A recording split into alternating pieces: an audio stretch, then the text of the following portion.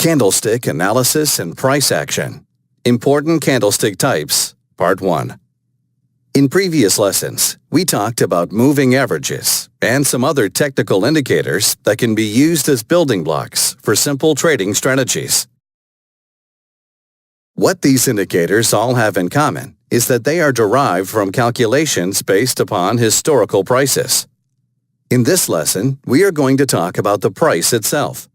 The Japanese candlesticks that you see on your trading screen can act as more powerfully predictive raw materials, helping you to anticipate what is likely to happen next. In Course 2, we explained how Japanese candlesticks are formed. The area between the open and close is the real body, and when the price high and or low is beyond the real body, that area is shown by a vertical line called the shadow. Hundreds of years ago, the Japanese rice traders who used candlestick charting noticed that some types of candlesticks, which could be identified by their real body and wick patterns, had some predictive power. They also noticed that certain groups of candlesticks had predictive power. This is not surprising when we consider that a higher time frame candle is just a combination of several consecutive candles from a lower time frame. The old Japanese analysts put a name to just about every type of candle you could possibly imagine. For now, though, we are going to concentrate on identifying the 5 most important types of candlesticks that every trader needs to be able to recognize. The pin bar. Number 1.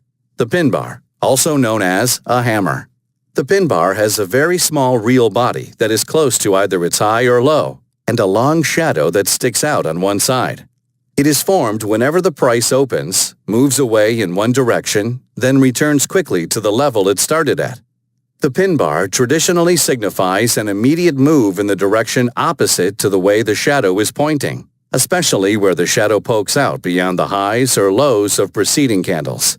This is because the long shadow is believed to show a sharp rejection of the price from support and resistance, which should usually continue for a while. The inside bar. Number 2. The inside bar. This is a bar that is contained within the range of the candle just before it. This means that its high is lower than the previous candle's high, and its low is higher than the previous candle's low. The inside bar is not defined by its real body or shadows. It traditionally signifies a period of market indecision, i.e., consolidation, the breakout of which can be profitably bought or sold. This belief is because the price was not able to move beyond the confines of the previous candle's high and low. So when it finally makes its move, it should be strong. The outside bar. Number 3. The outside bar. This is a bar that exceeds both the high and the low of the range of the candle just before it. This means that its high is higher than the previous candle's high, and its low is lower than the previous candle's low. The outside bar is not defined by its real body or shadow. Traditionally, the significance of the outside bar depends upon where the bar closes. If close to its high, then it's bullish. If close to its low, then it's bearish. If it closes close to the middle of its range, then it signifies a combination of increasing volatility and indecision, showing traders that it is probably wise to stay out of the market right now. We'll end this lesson here, but don't worry.